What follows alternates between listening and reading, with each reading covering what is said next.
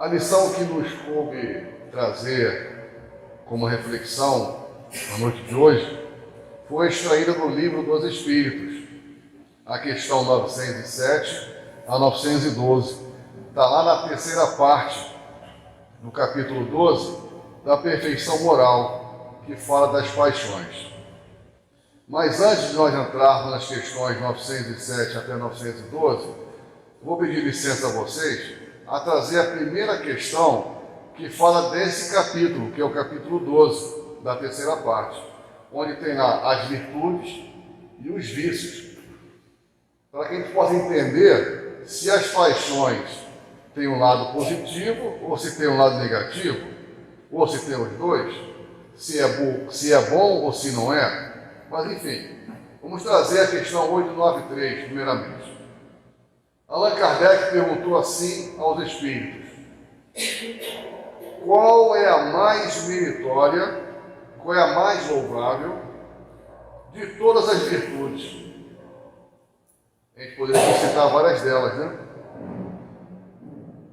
E respondeu assim a esfera superior para Allan Kardec: todas as virtudes têm seu mérito, porque todas são sinais de progresso no caminho do bem.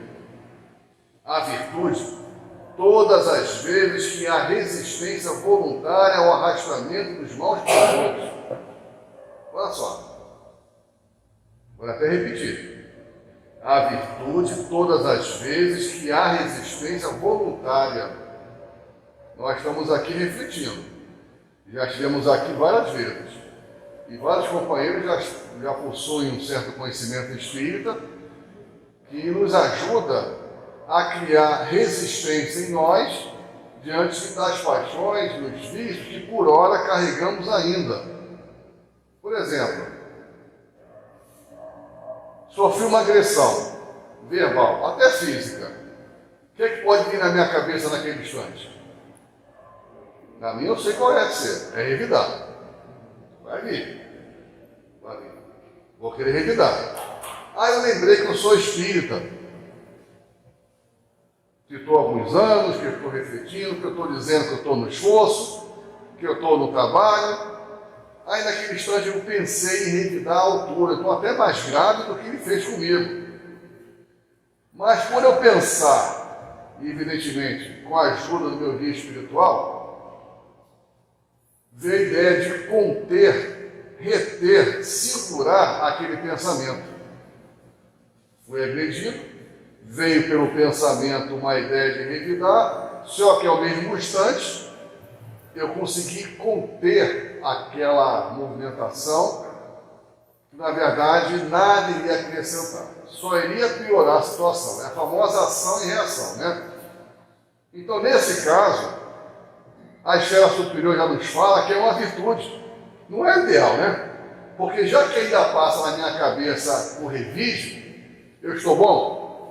Eu não estou. Se o doutor Bezerra de Menezes fosse ofendido, como é que seria o comportamento dele? O pensamento dele? Ia ser igual ao meu, de querer revidar? De jeito nenhum. Por quê? O doutor Bezerra de Menezes já está bem acima, né, do nosso tempo, em relação a nós, né, que estamos aqui na luta, no esforço. Ele ia até orar por aquele que o agrediu verbalmente. Isso vai até lembrar de Gandhi, né? Quando o repórter, né, para afinetar, né, o nosso irmão Gandhi naquela época, sofrendo várias agressões, e o repórter perguntou a Gandhi: Gandhi, você não se sente ofendido? Eu não fui ofendido. A ofensa vem quando nós deixamos entrar em nosso coração. Se eu estou preparado para receber uma agressão e não deixo que aquilo penetre em meu coração, ele vai chegar e vai diluir. Agora, se eu estou invigilante, se eu estou em estado de perturbação, se eu estou com uma série de dificuldades, meu comportamento é complicado, sou uma pessoa agressiva, violenta, com certeza aquela agressão vai chegar e vou deixar entrar, porque meu orgulho vai ficar ferido. E não é pouco não. E vou querer revidar. mas já que nós estamos no esforço, cabe a todos nós aqui presentes passar por esse teste, que geralmente deve acontecer, quase que diariamente, porque viver em sociedade não é um desafio? É um desafio. Eu sei disso porque todo instante eu sou testado também. Então, se eu estou criando resistência ao mau pensamento, aos maus pendores, como dizer graças a Deus? Porque é aquele momento que está se fazendo valer a nossa presença dentro do movimento espírita, dentro da casa espírita, naquele instante eu estou lendo o Evangelho, fazendo o culto do Evangelho do lar, enfim, participando de um estudo, de uma reunião pública, de um congresso, enfim, o que for. São ferramentas, material para eu acumular e fazer com que a minha consciência esteja cada vez mais atenta a qualquer movimento que venha acontecer em torno de mim. E continua então a esfera superior. Mas a sublimidade da virtude consiste no sacrifício do interesse pessoal pelo bem do seu próximo. Sem segunda intenção. A mais meritória é a que está baseada na caridade, né? Mais desinteressada. E quando nos fala em caridade, nós lembramos da questão 886, quando Allan Kardec também perguntou à esfera superior qual o entendimento de Jesus em relação à caridade. Tanto é que nós, da nossa casa, peço licença, né? Como nossa casa também, eu sou visitante, mas me sinto como fosse membro da casa também. O que está escrito? A bandeira do Espiritismo é fora da caridade não há salvação. Por que a doutrina espírita faz questão de colocar essa máxima? Porque se Allan Kardec tivesse ouvido dos espíritos superiores que fora do espiritismo não há salvação, Allan Kardec, por ser pensador, questionador, um homem da ciência, ele ia perguntar: vem cá, que religião é essa? Que doutrina é essa? Que para me ser salvo eu tenho que ser espírita? Porque ele pensou, lembrou dos protestantes, lembrou dos católicos, lembrou dos ateus, né? Porque são todos filhos de Deus. Então, se eu estou na caridade, se eu estou no movimento do bem, está tudo certo. Mas quando eu estou no movimento do bem e tenho conhecimento das leis naturais da vida, como a reencarnação, a pluralidade das existências, mundos habitados, imortalidade da alma, isso facilita muito a nossa trajetória evolutiva. Nos faz retornar melhor ao mundo espiritual. Então, entrando na questão das paixões, na verdade já estamos sutilmente comentando, veja a primeira pergunta que nos traz Allan Kardec. Já que o princípio das paixões está na natureza, será ele mal em si mesmo? Temos que também entender o que vem a ser paixões, né? Então, as paixões é um sentimento, é vontade, com alto grau de intensidade. Tem diferença da paixão para o amor? Paixão, vício dominador. Totalmente diferente do amor, porque o amor, ele liberta. E se o amor liberta, a paixão te aprisiona. Mas tem um lado positivo nessa história toda também. São dois lados de moeda. Por que eles falam isso? Porque a resposta está aqui. Não, a paixão está no excesso acrescentado à vontade. Pois o princípio foi dado ao homem para o bem, e as paixões podem levá-lo a realizar grandes coisas. Aí é interessante aqui, ó. As paixões podem realizar grandes coisas. Já vou entrar aqui no livro Após a Tempestade, que nos traz aqui alguns depoimentos de Joana, sensacional, que nos vai fazer entender por que a paixão também é importante para a sociedade. Agora, o abuso delas, né, que se faz a causa do mal. Então, temos que ter um certo equilíbrio na hora de colocar a vontade, o sentimento em torno de tudo que está à nossa volta. Então, como definir o limite onde as paixões deixam de ser boas ou más. Aí entra a questão do outro, aqueles que estão bem próximos a nós. As paixões são como um cavalo que é útil. Aí ele faz aqui uma analogia, né? As paixões são como um cavalo que é útil quando é dirigido, mas se torna perigoso quando é ele quem dirige. Eu não sei andar a cavalo. Se eu já andei, eu desaprendi. É fácil andar a cavalo? Se você consegue dominar o cavalo, você vai dizer para onde você quer ir e ele vai obedecer. Agora, se você montar no cavalo e é ele que vai dirigir o caminho, para onde será que ele vai te levar?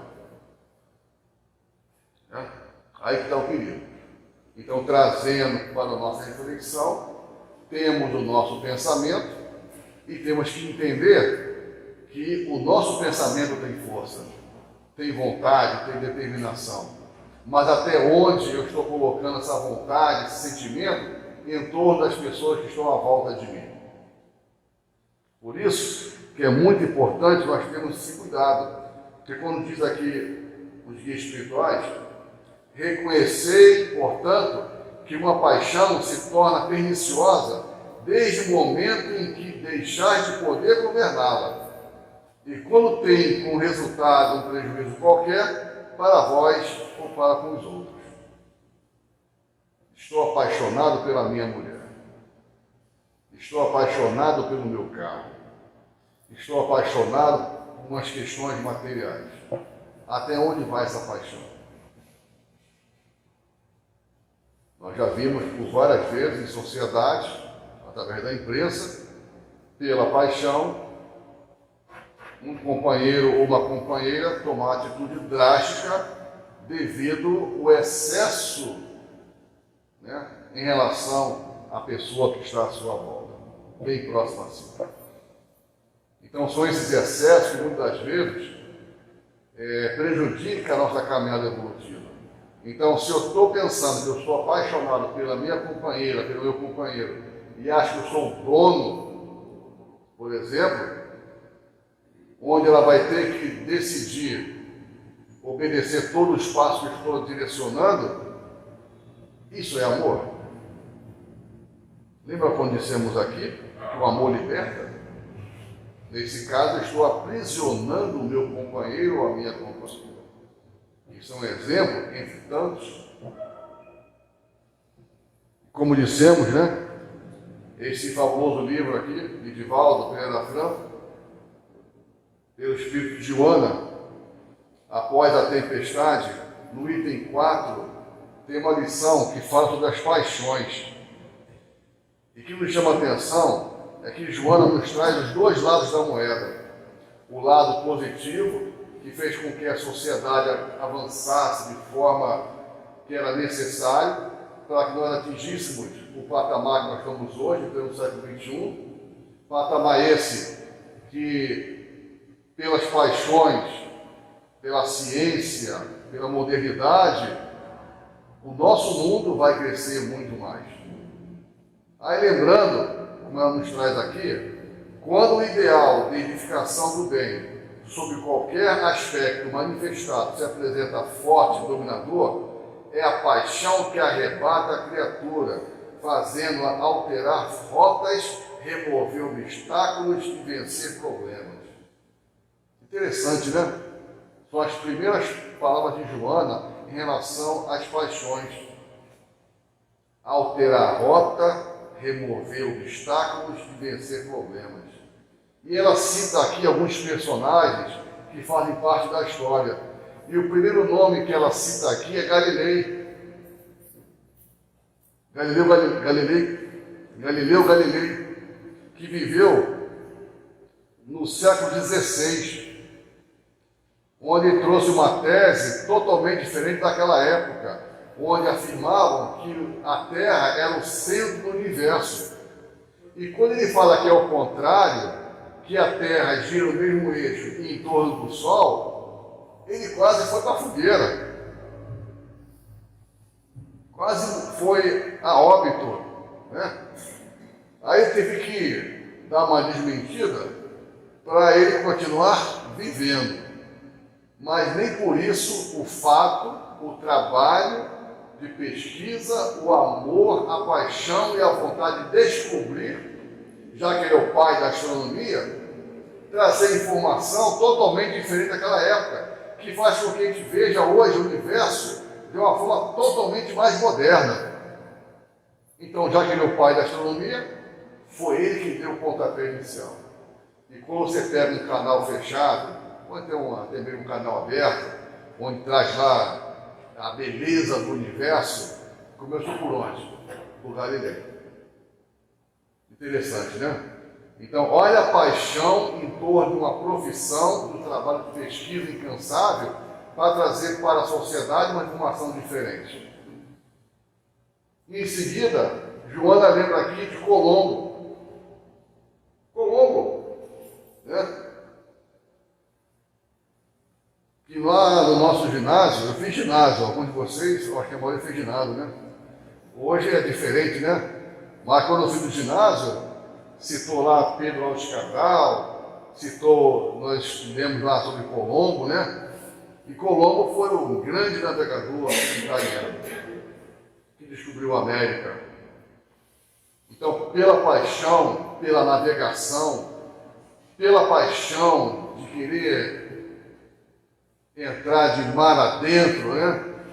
Evidentemente que, lendo A Caminho da Luz, a gente percebe nitidamente que tudo ali havia um planejamento espiritual. Porque era necessário a descoberta desse novo continente, como foi logo depois no Brasil, né? Através de Pedro Álvares Cabral. Joana não cita Pedro Álvares Cabral, mas cita Colombo. Então veja a necessidade das descobertas.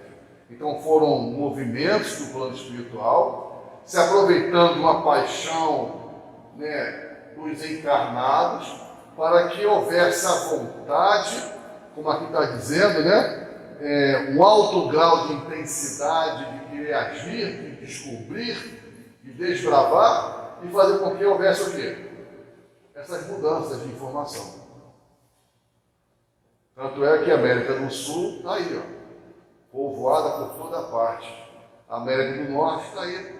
Para quê? Para atender o número de desencarnados que iriam estar povoando o nosso planeta Terra. É uma paixão. Prejudicou alguém? Foi ruim para a sociedade? Veja um lado positivo, né? Tem um lado positivo. E cita mais aqui outro conhecido nosso, Sócrates, que por sua vez é mencionado no Livro dos Espíritos, lá na questão 919, Santo Agostinho, o famoso conhece a ti mesmo. Foi um filósofo grego, né? Que viveu 400 anos antes de Cristo. Fundamentado no postulado do conhecer-se a si mesmo, que foi para a sociedade da época uma informação muito valiosa, que até hoje para nós é um grande aprendizado. Aí vale a pergunta: estamos trabalhando para conhecer a nós mesmos? Estamos observando nosso pensamento e nossos atos no ambiente familiar, no nosso local de trabalho profissional, na casa espírita? Temos que ficar atento a isso. E essa informação, essa sugestão que nos dá Sócrates lá atrás, né, antes do Cristo, é necessário até hoje.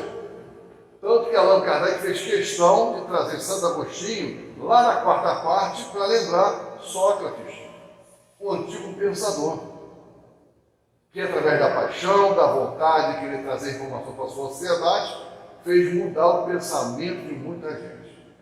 E está mudando até hoje.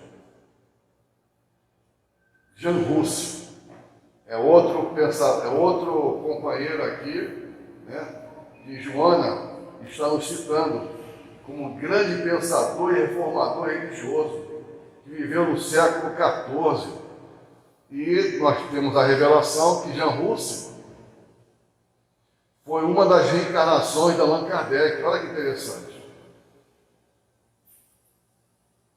o amor, nesse alto grau de intensidade que se tornou a paixão,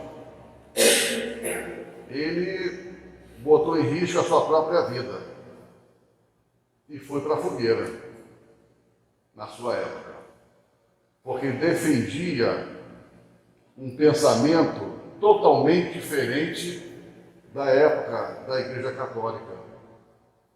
Tinha lá as indulgências, tinha lá tantas questões que massacraram tantos companheiros, que por falta de entendimento, por exemplo, se alguém dissesse naquela época que estava vendo espírito, que estava ouvindo vozes, olha o problema aí. O que acontecia? A Inquisição mandava para a fogueira. Vide Joana d'Arc, foi uma outra batalhadora, né, que libertou o povo francês do domínio inglês. Isso tudo em paixão às pessoas que estão à sua volta. Não foi somente o amor, mas foi algo assim bem intenso, para que fizesse valer a sua missão aqui na Terra. E Jean Rus, sabendo que poderia ser condenado a ir para a fogueira, em nenhum momento ele deixou de defender o seu pensamento em prol da sociedade. Porque essa intensidade era tão grande que ele continua firme e vai para a fogueira de olhos bem abertos e com um sorriso nos lábios. Sabe por quê? Porque ele sabia o que iam matar era o seu corpo físico. O seu legado ia ficar. E que ele, principalmente, continuaria mais vivo do que nunca. O seu espírito imortal. E dentro desses homens, desses companheiros que deram sinais importantes para a sociedade, Joana cita Jesus. E ela diz assim: e Jesus, dominado pela paixão do amor. Fica até difícil nós medirmos, né, essa paixão do amor de Jesus por nós, porque por nós sermos ainda almas em processo evolutivo, mas reencarnando no mundo de provas e expiações, onde a ideia de Deus não está exatamente como nós gostaríamos, mas a ideia de Deus para Jesus está assim bem coladinho, em termos de intensidade. Joana fala que Jesus está dominado pela paixão do amor no seu mais elevado grau. O que ele faz? Imagina a segunda revelação, que é a chegada de Jesus na Terra. E a preparação para a segunda revelação no mundo espiritual, onde ele foi escolhido para encarnar. Ele não reencarna, vai lembrar aqui, porque quem reencarna somos nós, almas, em processo, né, para atingir a perfeição, mas ele, por seu espírito puro, ele encarna como missionário e aceita o desafio. E o detalhe, ele sabia que se fosse condenado à morte, lá na sua época, né, há mais de 2000 anos, a pena de morte era a crucificação. E nem por isso disse não para Deus. Tudo em nome desse amor, né, da paixão do amor por nós. Porque quando a paixão interfere, questiona, obstrui, não é bom para nós. Mas quando a paixão é para o progresso, para o bem do próximo, está tudo certo. No seu mais elevado grau, doou-se a fim de que os homens, por meio das suas lições, se pudessem encontrar marchando na direção do reino de Deus. É o nosso estado de consciência. Jesus já se foi, diz que ele vai voltar, né? Não dizem isso? Alguns afirmam isso, Jesus vai voltar. Mas para nós espíritas, ele nunca deixou de estar junto a nós. Como espírito. Né? Mas O reino de Deus é o nosso estado de consciência, porque o seu legado, ao ele retornar para a pátria espiritual, onde nós mais não temos a possibilidade de tocá-lo, como foi naquela época, já se imaginaram, no tempo de Jesus, podendo conversar com Jesus, estar presente no Sermão da Montanha? Quem viveu naquela época deve ter sido um momento muito grandioso. Porque a vibração desse espírito era tamanho que poucos, enfim, alguns se contagiaram, né? Até porque ele foi condenado, que se todos fossem contagiados pelo amor, pela sua vibração, ele não teria passado pelo que ele passou. Mas deveria ser daquela forma, para poder chocar e deixar o seu legado. E qual foi o legado que ele deixou para nós? Em nome desse amor, dessa paixão incontrolável. O amor. Né? Nos trazendo, retomando o nosso caminho para o reino de Deus. E já se passaram mais de 2000 anos, e esse espírito até hoje é comentado em toda a parte do nosso planeta.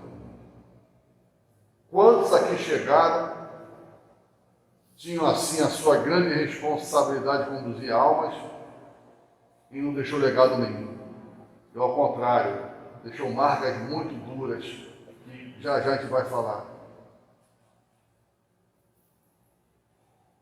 E quando são lembrados apenas através da dor e do sofrimento ao outro. Mas Jesus é totalmente diferente, né? Tanto é que, depois da Joana citar Jesus, ela nos traz o outro lado da moeda, que é a paixão, o lado negativo, que cita essa questão. Todavia, nos acessos tortuosos do crime e das dissipações mais vis, que o espírito, aturdido pela matéria que o reveste, se compraz, retardando a liberdade a que aspira. Tudo permuta pelo flagício do estreito cárcere em que se enclausura moralmente. Aí ele fala aqui nas paixões anestesiantes. É aquela paixão que não desenvolve, é aquela paixão que dificulta o processo evolutivo da sociedade, é aquela paixão dominadora, ditadora e que complica todo o passo de uma sociedade. E são nomes que tinham um papel importante na sociedade. Mas diante das suas fragilidades, do orgulho, da vaidade e do egoísmo, não cumpriram com a sua missão. Ou vocês acham que Hitler, por exemplo, quando reencarnou, e no seu planejamento reencarnatório, ele lá sabia que um dia iria assumir a liderança de uma grande nação como a Alemanha, ele tinha um compromisso de fazer o que ele fez, de perseguir os judeus? De forma alguma. Deus jamais iria nos dar uma encarnação, para quem quer que seja, para dar errado. Para que a sua paixão pudesse atrasar, dificultar, maltratar a sociedade.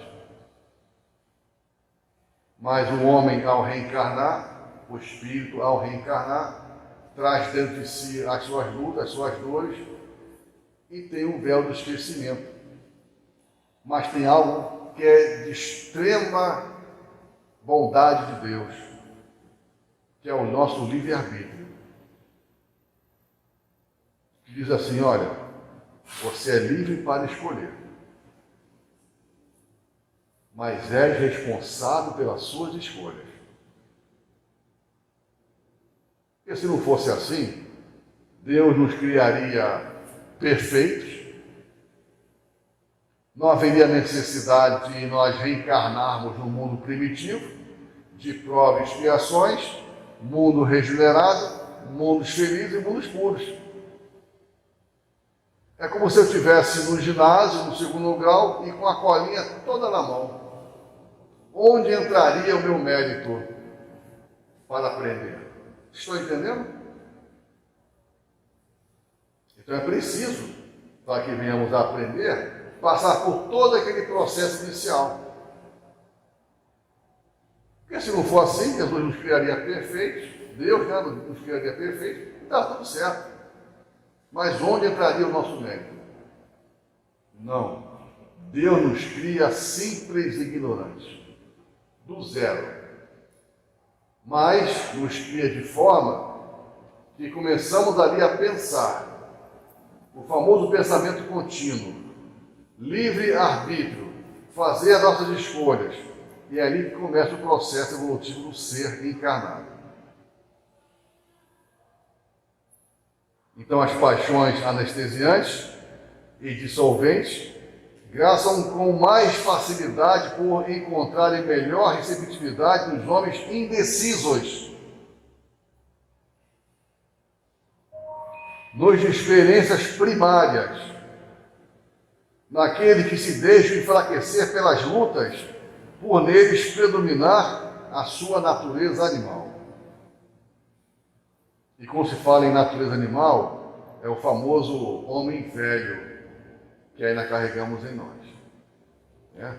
E que nós estamos aqui trabalhando para que o homem novo, a alma nova, dê sinais cada vez mais vida em sociedade. Então, quando eu apresento essas fraquezas, né, ela cita Nero, imperador romano. Todos nós conhecemos já a história de Nero. Foi boa ou foi ruim? Tinha uma paixão ali. Né? Paixão pelo poder, paixão pelo mando, paixão pelo domínio. Tudo isso, né? Natureza animal. E o povo da época sofreu, o povo romano. E aqui ele fala: Nero, extorturando a licenciosidade e no crime de muitas denominações, pouco difere de um outro personagem que já até citei aqui, de Hitler, na fúria sanguinolenta dos sacrifícios humanos pelo ardor da paixão racial. Ardor pela paixão racial. E que paixão racial era essa? A raça branca, de olho azul. Alguém tem olho azul aqui? Se tem, não tem problema não. Verde, castanho. Mas para o nosso irmão, que é nosso irmão, né? Essa paixão racial foi muito triste para a história da sociedade humana. Onde, além da paixão racial, ele, como nós já sabemos, perseguia os judeus. E a matança toda nós já sabemos como é que foi isso tudo, né? Então, toda vez que a emoção desce ao estágio primeiro, a sensação sobre a inteligência a enlouquece. Então, são comportamentos enlouquecedores. Então, vejam a diferença de uma paixão que leva à descoberta, que leva ao bem de uma sociedade, como uma paixão enlouquecedora que atrasa e dificulta o processo evolutivo de uma sociedade. Daí a necessidade de haver o quê? O famoso equilíbrio em torno disso tudo. E continua Joana: não obstante, haverem rumado para o além-túmulo, eis aí a imagem feliz de quem se nutre e contrai nas paixões perturbadoras do sexo em desalinho. Jonas cita até o sexo. Quando está havendo desequilíbrio, o sexo é importante para a sociedade? Claro que é. Se assim não fosse, nós aqui não estaríamos. mas tem a sua importância. Mas como é que eu conduzo o sexo na minha vida, eu como homem e como mulher? Está em equilíbrio ou está em desequilíbrio? Eu sou apaixonado pelo sexo no sentido de ter filhos, de ter o prazer com meu companheiro, com minha companheira, ou uma paixão totalmente exacerbada, em total desequilíbrio? Eu não trouxe o livro, mas Vida e Sexo é um outro livro fantástico que traz para nós, de ponta a ponta, essas questões das paixões por esse viés, onde foi a queda de muita gente, muitas almas encarnadas, mas quedas cruciais, que refletem aonde? Lá no mundo espiritual. E dão um trabalho enorme para os guias espirituais para fazer uma limpeza e você ter a oportunidade de retornar a um novo corpo para recuperar o tempo perdido. A paixão pela bebida, a paixão pelo cigarro, não estamos aqui condenando, nem nos cabe nenhum julgamento, até porque não temos aqui autoridade moral para julgar ninguém, mas como espírita, eu tenho que entender que qualquer desequilíbrio nessa área, já que eu tenho a certeza que eu devo cuidar bem do meu corpo físico, eu tenho que buscar o equilíbrio. Sabemos que não é fácil. O vício, lembra quando lemos lá no início? Machuca, dificulta a nossa trajetória. Então temos que buscar recursos para diminuir e trazer um equilíbrio para nós mesmos. Se tu gostas ainda de tomar aquele copinho, né, com equilíbrio, não vamos aqui fazer apologia, nem incentivar a bebida, mas não é isso. Mas se a sua fraqueza, como foi um dia a minha fraqueza à bebida, eu não era espírita ainda, eu dizia para mim mesmo que eu tinha uma ideia. Vou voltar a estudar, porque eu bebia de segunda a segunda. Era solteiro, morando sozinho, né? Meus pais foram embora para o norte, meus irmãos já haviam casado, eu estava totalmente vulnerável, né? Solteiro, já pensou você com 25 anos? Solteiro, com um dinheirinho no bolso, né? Lembrou quando tinha 25 anos? Lembrou, né? Lembrou. Pois é. Aí eu dizia para mim mesmo, tinha uma ideia, porque me vinha na cabeça, né? Olha, estás bebendo demais, irás perder a oportunidade, porque vinha no seio, até então não sabia. Aí me tornei espírita, aí dei uma pergunta aqui, li uma lição ali, participa de um estudo aqui e a coisa começa a se encaixar. Aí eu lembrei, né, daquelas questões que falam sobre o guia protetor nosso, que estava ali já, ó, né, trazendo ideias que até então eu achava que era minha. Pode até ser, porque você tem seu pensamento próprio, mas às vezes está tão apaixonado por aquilo, você não consegue perceber. Aí tem que ter um reforço, né? Uma ajuda a mais. Aí estava lá. Volta a estudar. Aí voltei a estudar. Aí eu cortei a segunda, a terça, a quarta e a quinta. Foi bom? Foi, eu cortei, né? Porque eu tinha que estar em sala de aula.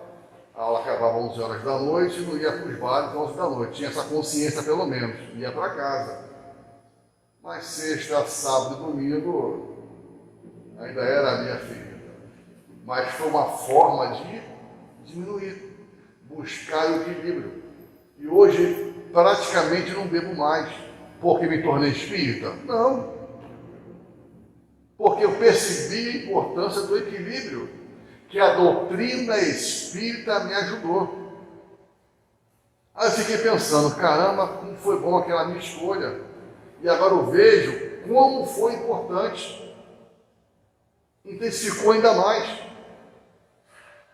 Porque talvez eu nem estivesse com vocês hoje aqui, não tivesse a minha família, não fosse pai, tivesse desencarnado através da cirrose, né? Não tem a tal da cirrose? Onde a minha família tem vários históricos, né? Familiares. Mas enfim, cada um de nós estamos aqui em busca da felicidade, em busca desse equilíbrio para nos ajudar e a continuar trabalhando, abafar essas paixões que dificultam o nosso processo e fazer com que essas paixões, já que eu tenho um desejo enorme de ser médico, de ser militar, de ser engenheiro, de ser bombeiro, enfim, de ter uma profissão, eu sou apaixonado por aquela profissão, busque, que irás conseguir. Irás fazer mal para alguém? De forma alguma. Agora, a partir do instante que naquela profissão, que pela paixão você conseguiu chegar,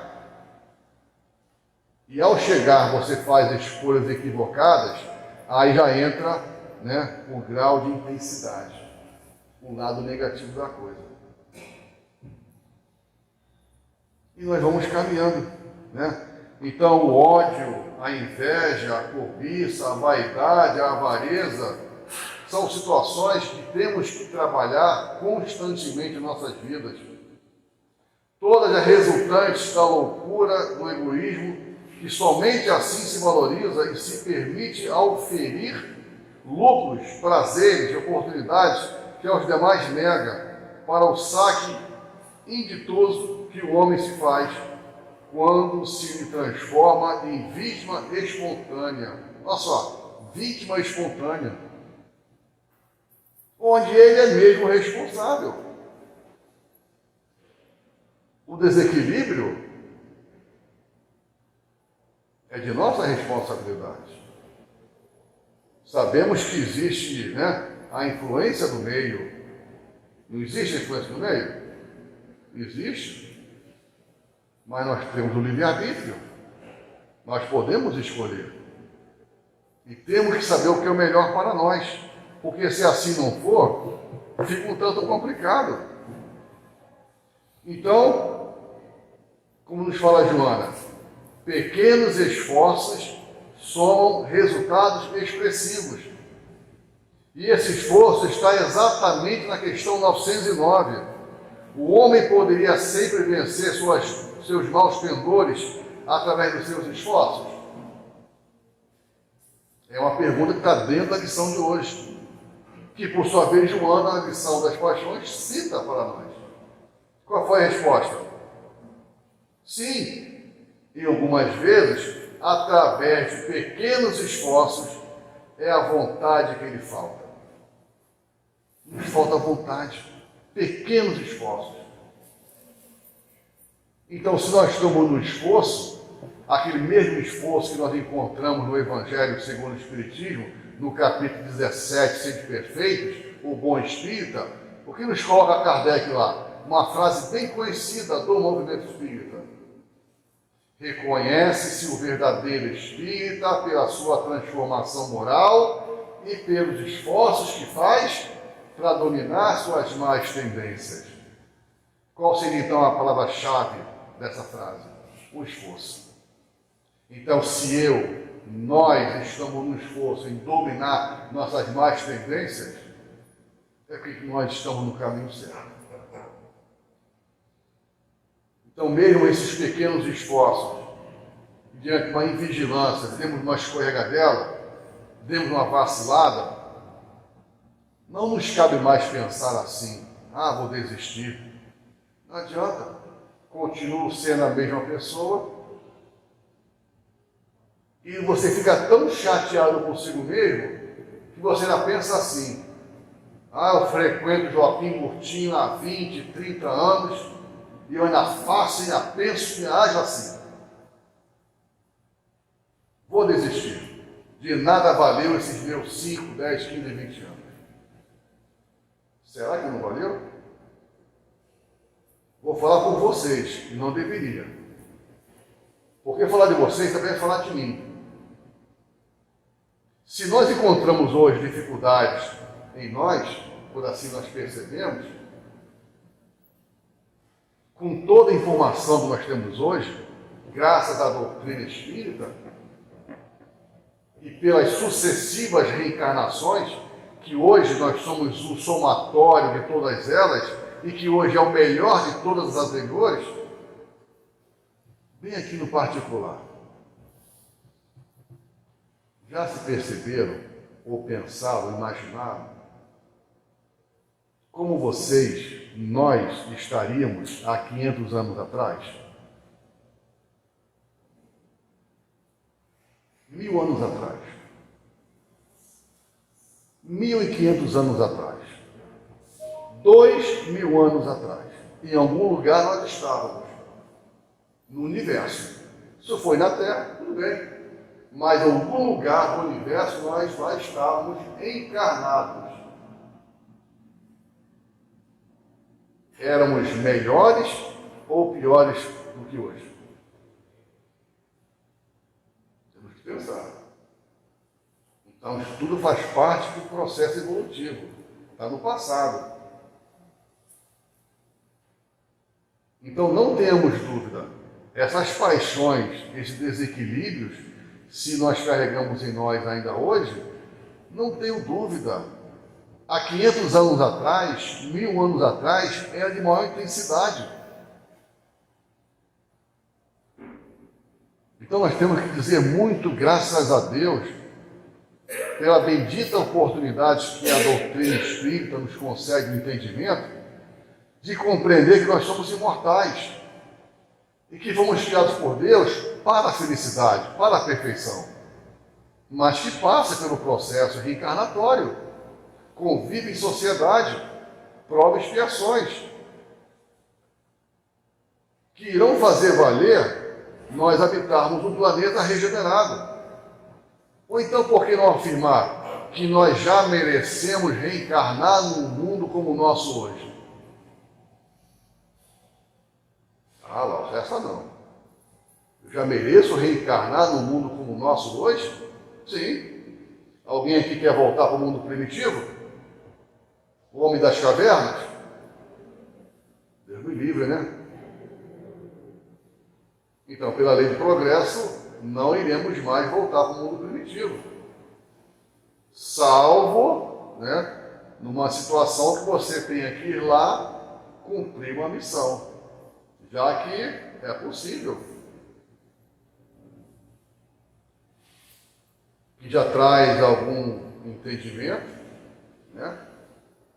Ajudar no progresso do mundo que está em formação. Vide exilado de Capela, que daqui a alguns milhares de anos à frente irão escrever os exilados do planeta Terra. Em algum lugar do universo, alguém vai escrever os exilados do planeta Terra. Quem são esses exilados?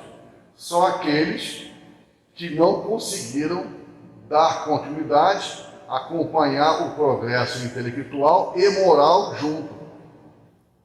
Porque os capelinos,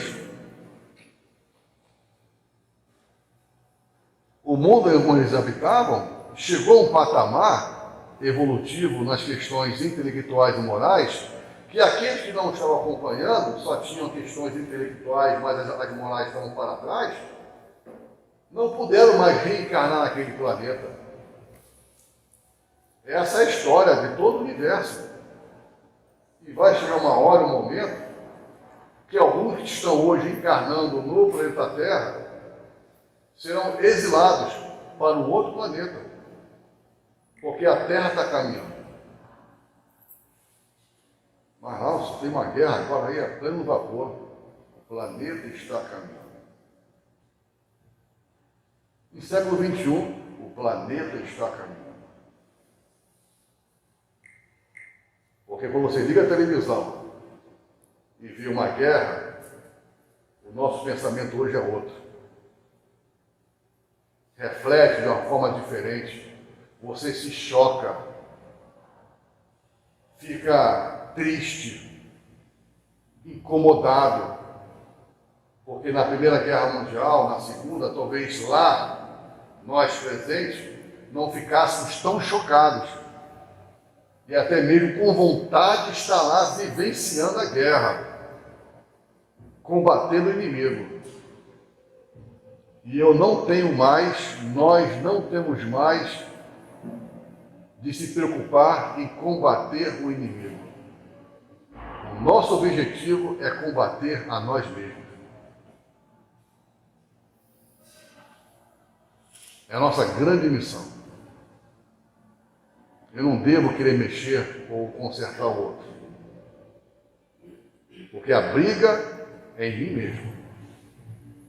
Eu me corrigindo, nós nos corrigindo, com certeza estaremos dando um grande passo para a mudança de uma sociedade que clama por paz, harmonia, alegria no coração. Então, que Deus nos abençoe. Temos mais assuntos para falar, mas o tempo, né? O tempo urge. É urge, né? Acho que essa é a palavra, né? É o tempo do quartel para não servir, mas é tempo do quartel, né? Urge, né? Enfim, não sei. Temos que atender ao tempo, né? Então, que a mensagem da noite de hoje tenha tocado o coração de cada um de vocês.